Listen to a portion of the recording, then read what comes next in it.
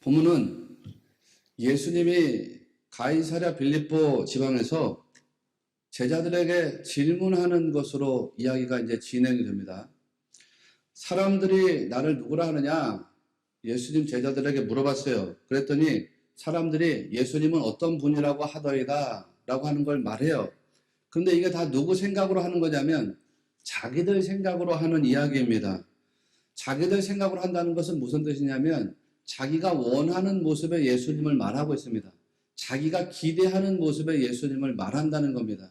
신앙생활하면서 나는 이런 예수님을 기대하는데, 나는 이런 예수님을 원하는데, 그런 모습을 이 사람들이 이야기하더라는 것입니다. 어떤 사람들은 예수님을 세례 요한이라고 했다는 것입니다. 이미 세례 요한은 죽었는데 그 죽은 세례 요한이 부활한 사람이다, 부활한 존재다, 이렇게 생각하는 사람들이 있었다는 거 아닙니까, 여러분? 세례 요한을 그리워하는 사람들, 세례 요한의 메시지를 그리워하는 사람들, 뭐 그런 사람들의 일부가 그랬겠지요. 또 어떤 사람들은 엘리야나 예레미야와 같은 선지자라고 합니다. 뭐 그런 이야기를 합니다. 구약의 마지막 책인 말라기서 4장 5절 말씀을 보면 하나님께서 이 세상 심판하시기 전에 엘리야와 같은 선지자를 보내겠다. 아니 정확하게 말하면 선지자 엘리야를 보내겠다. 그렇게 말씀하셨어요. 그러니까 유대 사람들이 생각할 때에 예수님은 메시아가 아니고 메시아가 오기 직전에 엘리야 같은 선지자로구나, 이렇게 생각하는 사람이 있었다는 거예요. 사람들이 자기 생각, 자기 판단에 따라서 예수님을 이야기했습니다. 그때에 예수님이 제자들에게 다시 물었습니다. 그러면 너희는 나를 누구라 하느냐? 그러자 베드로가 굉장히 특별한 고백을 이야기하죠. 그게 16절 말씀입니다. 주는 그리스도시요 살아계신 하나님의 아들이십니다. 이렇게 나가요. 그러니까 예수님이 베드로의 고백을 축복하시면서 내가 그 반석 위에다가 교회를 세우겠다, 이런 말씀을 하시는 거예요. 18절 말씀을 보면 또 내가 내게 이르노니 너는 베드로라. 내가 이 반석 위에 내 교회를 세우리니 음부의 권세가 이기지 못하리라. 다시 읽어드리면 또 내가 내게 이르노니 너는 페트로스라, 베드로라. 내가 이 페트라, 반석 위에 교회를 세우겠다. 뭐 베드로라는 이름이 페트라 아닙니까? 반석이란 뜻이죠. 바위란 뜻이죠. 자, 여기서 말하는 이 반석 위에 교회를 세우겠다 하셨는데 이 반석은 베드로라고 하는 인물, 베드로라는 인격, 베드로라는 사람이 아닙니다. 그럼 이 반석은 뭐냐? 베드로가 토해낸 고백이란 거죠. 고백. 그 반석 같은 고백 위에다가 내가 내 교회를 세우겠다라는 말씀입니다. 그러니까 교회는 어디 위에 세워진 것이냐면 베드로가 토해낸 그 반석 같은 고백 위에 세워진 게 교회라는 거예요. 우리 신의 교회가 뭐 위에 세워져 있느냐? 베드로가 토해낸 그 반석 같은 고백 위에 세워져 있다는 거 아닙니까? 그 반석 같은 고백이 뭐냐? 주는 그리스도시요 살아계신 하나님의 아들이십니다. 이거란 말이에요. 이 고백이 나온 장소가 어디냐? 여러분, 이 고백이 나온 장소가 어디입니까? 13절 말씀을 보면 빌립보 가이사랴 지방이래요. 빌립보 가이사랴 지방. 예수님께서 빌립보 가이사랴 지방에 들어갔을 때 제자들에게 질문하고 대답받았다는 거 아닙니까? 이게 굉장히 엄청난 사건이죠. 왜? 유대인들은 그 당시에 예수님의 어떤 능력을 보고 기적 행하시는 걸 보고 말씀하시는 걸 보고 이 예수라고 하는 인물이 대단한 권능을 가지고 있구나. 이 사람이 5병이어를 가지고서 5,000명이 넘는 사람 먹이고 7병이어를 가지고서 4,000명이 넘는 사람 먹이고 귀신도 쫓아내고 병자도 고치고 이런 권능을 가진 자가 우리를 로마 제국이라고 하는 큰 나라로부터 정치적으로 해방시켜 주겠구나, 이렇게 생각했습니다. 정치적인 해방자, 예수님을 그렇게 생각했습니다. 그런데 그 생각에 제자들도 별로 다르지 않았다는 거죠. 요거를 상징하는 장소가 바로 빌립보 가이사랴 지방입니다. 빌립보 가이사랴. 그 당시에 로마 제국의 황제가 누구냐면 티베리우스 카이사르예요. 근데 티베리우스 카이사르가 요거 지금 예수님 있는 이 지역을 분봉왕 헤롯 빌립이라고 하는 사람에게 맡겼어요. 분봉왕은 그 땅을 맡겨가지고 대신 다스리게 한 거죠. 헤롯 빌립이라는 사람이 그 땅을 맡아가지고 다스리는데 자기한테 권력을 준 황제에게 얼마나 감사했겠습니까? 또 그 황제에게 얼마나 잘 보여야 되겠습니까? 그래서 요 지역을 확장해요. 넓히고 보수하고, 요즘식으로 말하면 신도시 개발을 했다는 뜻입니다. 그 개발을 하면서 도시가 넓어지는데 그 도시에다가 가이사, 즉 황제를 위한 신전을 갖다 세웁니다. 가이사 신전. 원래는 뭐가 있었냐면 거기에 바알의 신전이 있었거든요. 그걸 없애고 거기다가 황제를 숭배하는 가이사 신전을 갖다가 세우는 겁니다. 그러면서 도시 이름을 개명을 해요. 바꾼단 말이에요. 어떻게 바꾸냐면 가이사, 티베리우스 황제, 가이사하고 자기 이름, 헤롯 빌립, 뒤에 나오는 빌립하고 두 개를 짬뽕해가지고 가이사랴 빌립보라는 이름으로 개명을 해요. 우리가 신도시 개발하고 난 다음에 옛날 이름을 새 이름으로 바꾸는 것처럼 그렇게 바꿨다는 거예요. 그런 식으로 하면서 황제 숭배를 막 이렇게 장려하는 거죠. 로마 제국의 황제가 하나님의 아들, 신의 아들이다. 로마 제국의 황제가 그리스도 구세주가 된다. 로마 제국에 들어가서 너희들을 침략하는 것이 아니야. 너희들을 뺏고 죽이는 게 아니라 너희들을 해방시키는 구세주로서 역할하는 거야. 그래서 황제를 자꾸 숭배하도록 만드는 것입니다. 그 황제 숭배가 가장 팽배했던 도시 중에 하나, 상징적인 도시 중에 하나, 그게 가이사랴 빌립보거든요. 그 가이사랴 빌립보에서 베드로의 고백이 터져 나왔다는 거 아닙니까? 어떤 고백이 터져 나온 거예요? 로마 제국의 황제가 그리스도가 아니야. 예수님이 그리스도야. 예수님이 구세주가 된다. 로마 제국의 황제가 신의 아들이 아니야.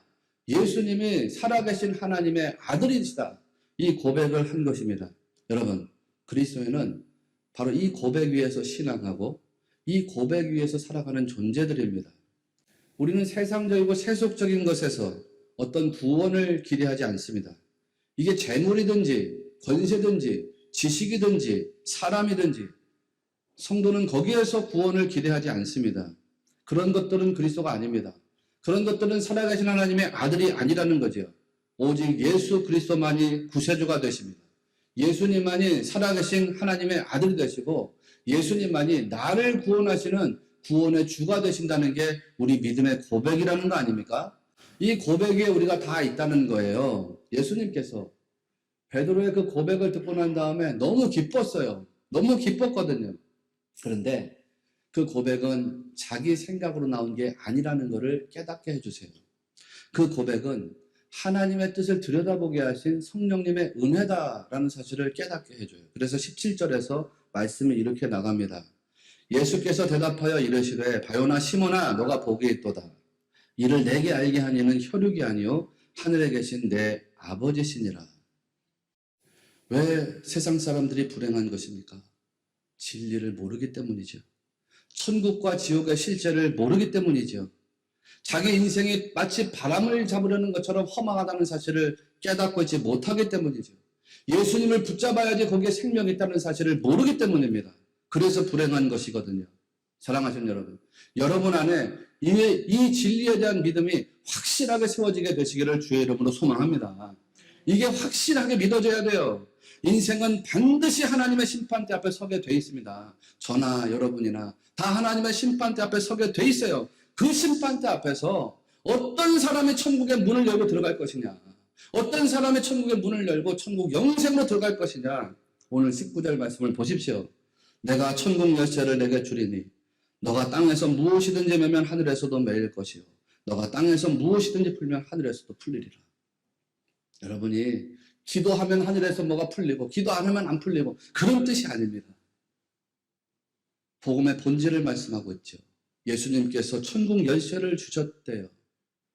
누구를 통해서 천국을 들어갈 수 있다는 거예요? 예수님이에요. 누구를 통해서 구원받게 된다는 거예요? 예수님이죠. 예수님 믿어야 구원받게 된다는 거 아닙니까? 예수님 주신 그 복음의 진리를 여러분이 선포하면 그것이 하늘에서 열매가 돼요. 이 진리를 알게 될 때에 인생이 진짜 행복으로 가는 것입니다. 지난주에 유명한 선교사인 C.T. 스터드 선교사님의 이야기를 드렸습니다. 그분이 남긴 말 중에 가장 유명한 말이 바로 이것이라고 했습니다. 인생은 한 번뿐이고 그마저도 곧 지나가리라. 그리스도를 위해 행한 일만 남으리라. 여러분 그렇지 않은가요? 목사님, 나는 인생 살아오면서 뭘 남겼습니다. 재물을 남겼습니다. 업적을 남겼습니다. 여전히 그렇게 생각하시는가요? 아니요.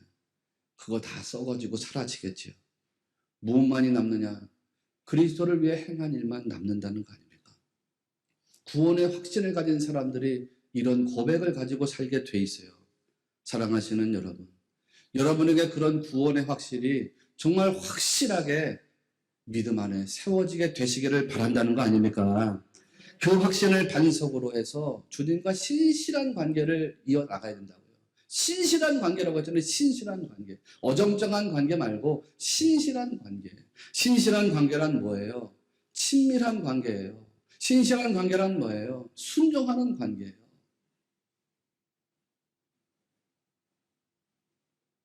누가 그랬잖아요. 우리는 하나님의 파트너로 부름받은 것이 아니라 하나님의 종으로 부름받았습니다.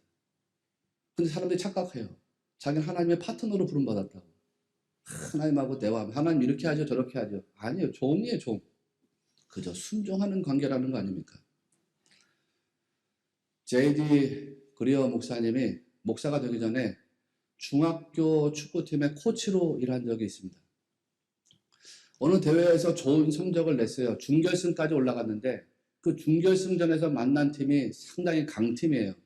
그래서 상당히 고전했다는 이야기를 그가 합니다.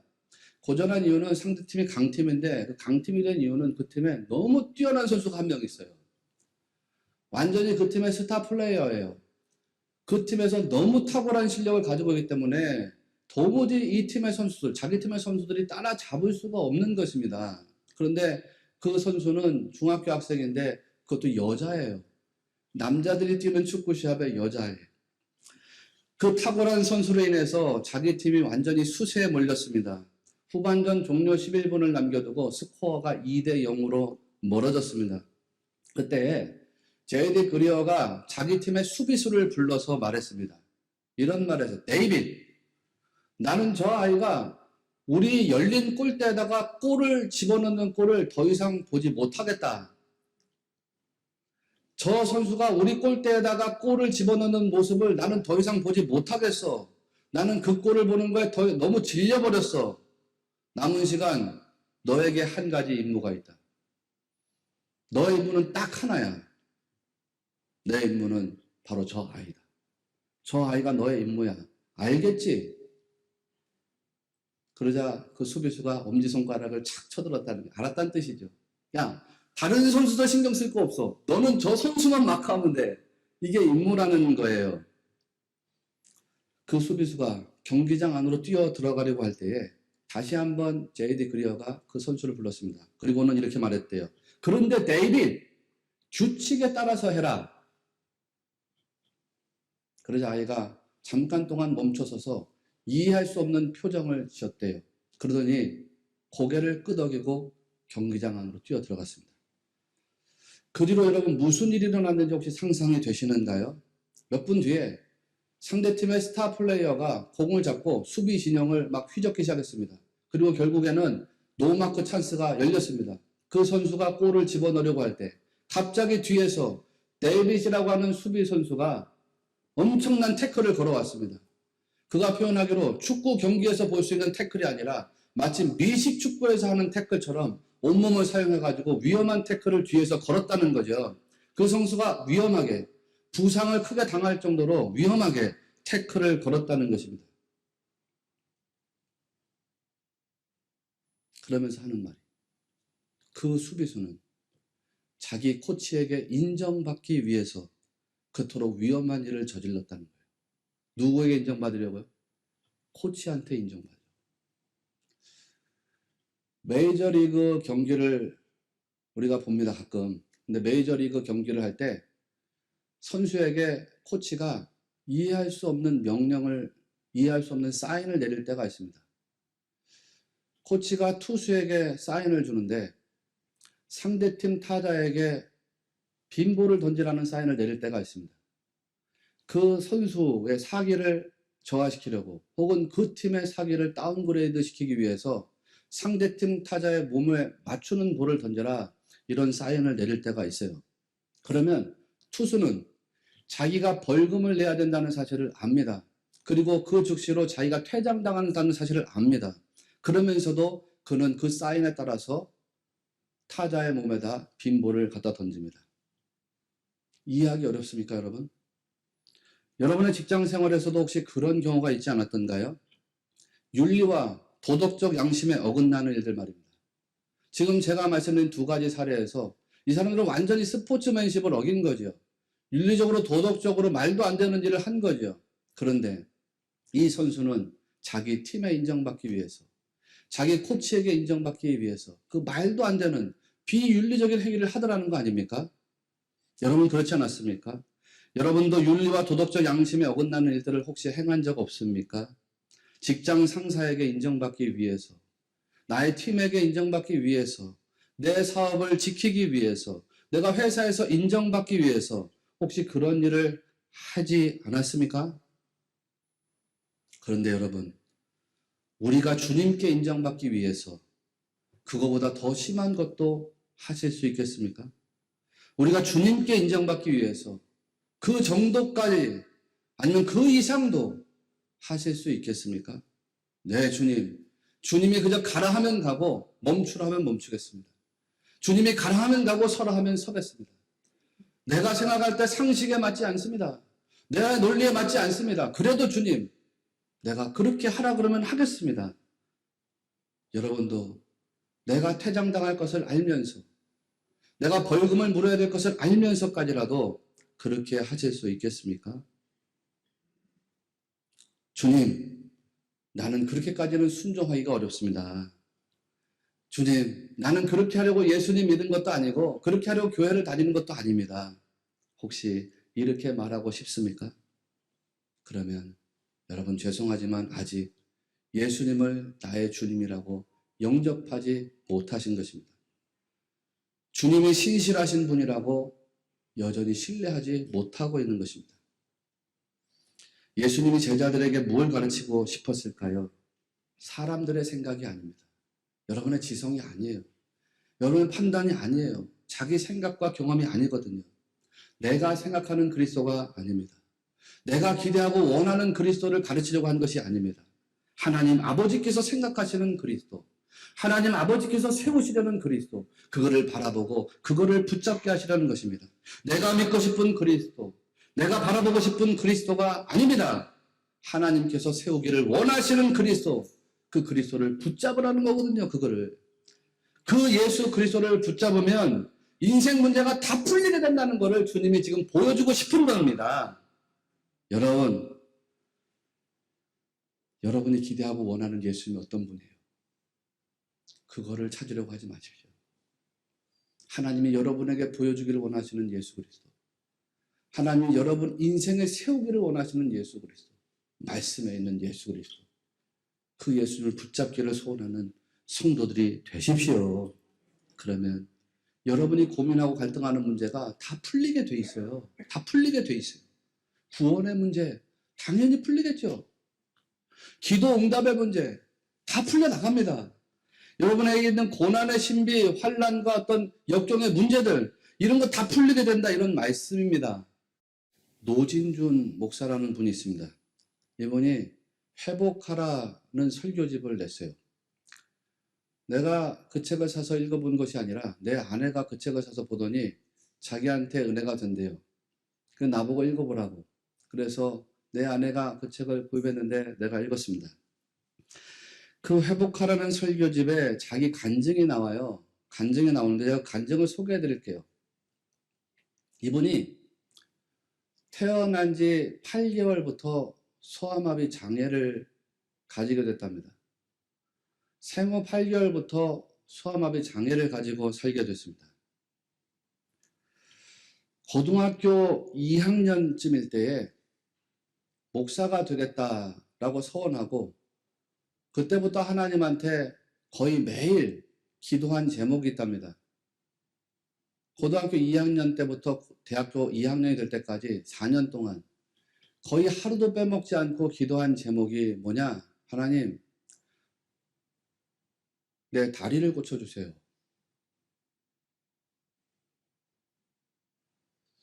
그렇게 기도할 때에 하나님, 나를 위해서 고쳐달라는 게 아니라 하나님의 일을 더 잘하려면 내 다리가 정상인과 똑같아야 되지 않겠습니까? 그러니 내 다리를 고쳐주세요. 매일같이 기도했답니다. 4년 동안. 자기를 위해서 기도하는 게 아니라 하나님의 일을 위해서 기도하는 거니까 하나님이 반드시 들어주셔야 한다고 믿었답니다. 그러다가 대학교 2학년 때 어느 신유 집회에 참석하게 됐습니다. 이분이 미국에서 학교를 다니고 미국에서 목사 안수를 받고 미국 교회를 섬겼어요.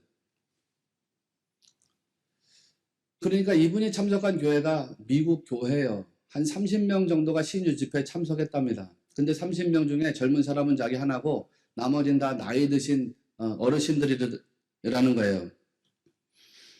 거기서 기도를 받았어요. 그리고 목사님 설교를 들었습니다. 그런데 그 설교가 자기 마음을 찔렀다는 거예요. 설교 내용의 핵심이 뭐냐? 믿음으로 기도하면 무슨 병이든지 다 낫는다. 이게 핵심이었대요. 믿음으로 기도하면 무슨 병이든지 다 낫는다. 그런데 그 설교를 듣다가 막 화가 났대요. 서러웠대요. 안에서 막 분노가 일어나더래요. 내가 4년 동안 거의 매일같이 하나님 내 다리를 고쳐주세요라고 기도했는데 그러면 나는 믿음이 없어서 응답받지 못한 건가? 이런 생각이 들었대요. 나는 믿음이 없어서 응답받지 못한 건가? 너무 화가 났다는 거예요. 그래서 예배가 끝나고 그 목사님을 찾아갔대요. 그래서 질문을 했습니다. 목사님, 믿음으로 기도하면 무슨 병이든지 다 낫는다고 하셨는데 정말 그렇습니까? 그러자 목사님이 그렇다. 믿음으로 기도하면 무슨 병이든지 다 낫는다 그러더래요. 그 이분이 그 이야기를 듣고 마음으로 생각했대요. 사도 바울의 이야기를 해야겠다. 바울이 자기 육체의 질병에 있어서 하나님께 3번이나 기도했는데 하나님이 그 병을 고치지 않았잖아요. 육체의 질병을 고치지 못했죠. 그 이야기를 하려고 했다는 것입니다. 그런데 자기가 그 마음을 가지고 이야기를 하려고 하는데 그 목사님이 먼저 이야기를 하더라는 거예요. 그 내용을 제가 소개해 드리겠습니다. 바울에게 육체에 가시가 있었지. 그 육체의 가시를 거두어달라고 3번 간절하게 기도했어. 그런데 그렇게 간절하게 기도한 후에 바울의 병이 나았을까? 이렇게 질문하더래요. 이 노진준 목사님, 당시에 청년 노진주입니다. 대학교 2학년 학생. 낫지 않았습니다. 그러면서 이렇게 설명하더라는 거예요. 잘 들어보세요. 바울이 육체의 가시 때문에 복음을 전하고 하나님의 사람으로 살아가는데 어려움을 경험했어. 그래서 그는 하나님께 육체의 가시를 거둬달라고 3번 기도했는데 하나님이 그 기도를 듣고 응답해 주셨지. 바울이 받은 계시가 너무 크기 때문에 교만하지 않도록 그 몸에 육체의 가시를 두었다는 게 하나님의 응답이었어. 바울은 그를 향한 주님의 은혜가 족하다는 응답을 받았고 그 응답 끝에 바울은 내가 약할 그때가 곧 강함이라 오히려 그 약함을 인해 하나님에게 감사한다고 고백을 했지. 청년 노진준이 맞습니다. 그러자 이 목사님이 이야기했대요. 그런 깨달음을 얻은 후에 바울은 육체의 가시를 거두어 달라는 기도를 또 했을까?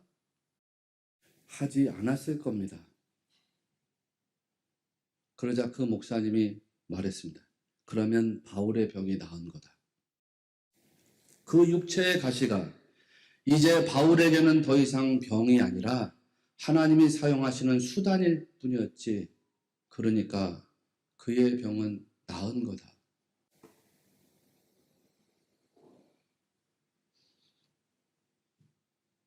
그날의 간증을 하면서 이 노진준 목사님이 이렇게 글을 썼습니다. 그날 제 병이 나았습니다. 믿음이 이런 것입니다. 그날 자기 병이 나았대요. 다리가 나았습니까? 아니요. 마음이 나았어요. 아픈 상처가 고쳐졌어요. 그날 나았대요. 오늘 설교 제목이 가시가 선물로 인정되면 응답을 받은 것이다 입니다. 고난이나 환난이 여러분에게 가시로 여겨지시는가요? 그러면 계속해서 기도하십시오. 여러분의 질병이나 사업의 실패가 가시로 여겨집니까? 그러면 계속해서 기도하십시오. 신실하신 하나님이 응답 주시겠지라는 믿음을 가지고 계속해서 기도하십시오. 그래서 마침내 하나님이 주시는 응답을 받아내십시오.